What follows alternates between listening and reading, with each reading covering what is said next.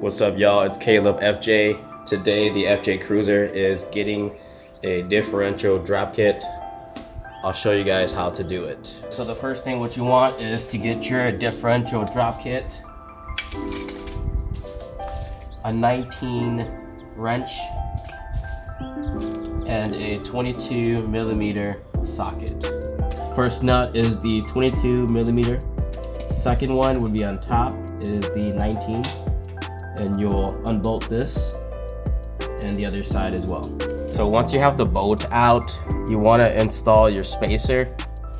You may need to drop the differential a little bit so that your spacer will fit.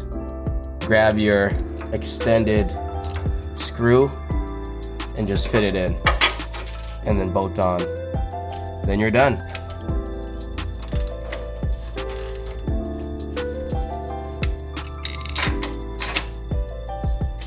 Okay guys, this is the finished product.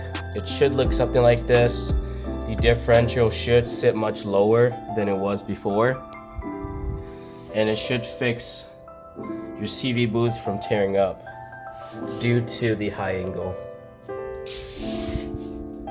Just like that, y'all. I'll catch you guys on the next one. Peace.